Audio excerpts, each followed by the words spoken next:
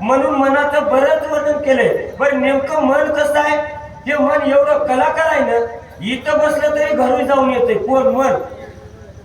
मन कैसे पाते एवढे ऐसे पाहो मनो तरी न सापडे, एरवी राहता या न पुरे त्रिलोक्य, म्हणून ऐसे कैसे घडेल, जे मरकट समाधी येईल रामन तिया राहील मावा तू. असं असणार मन पूर्व संकल्पाला आठवू लागलं, बुद्धी निश्चय करू लागली. काय होते ऐका. अकस्मात सावध होये, मने मज झाले काय, उगाची येथा तटस्थ राहे, आठवण हे स्वामी काजा.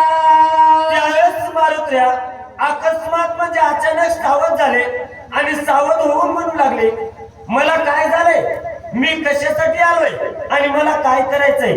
माझं जे काही मालकाचं काम आहे ना, स्वामीचं काम करण्यासाठी मला का विसर पडला. आणि मालकाचं काम करत असताना तुळशीराम महाराज स्वतःच्या देहाचं तादात्म्य नसू नये. आमुच्या काजाचे निपाडे देखती आपली आयुष्य चोकडे, ऐसे निर्वधी चोकडे स्वामी भक्त.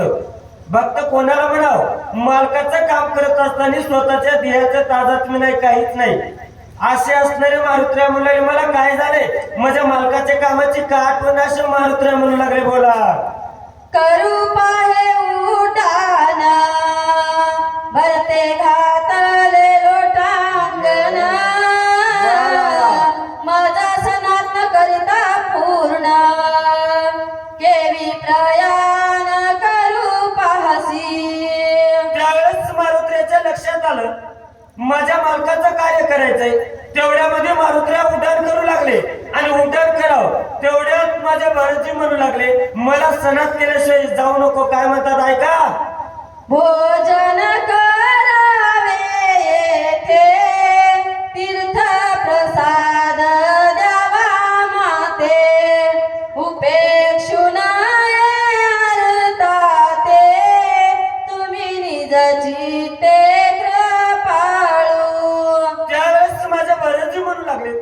काहीतरी माझं पूर्वजन्मीचं पुण्य असेल, त्या पुण्याच्या कारणास्तव तुम्ही भेटलात, तुम्ही आलात. तुम्ही काय करा, इथं थोडं भोजन करा, मला काहीतरी तीर्थ प्रसाद द्या. तुम्ही तसं जाऊ नका.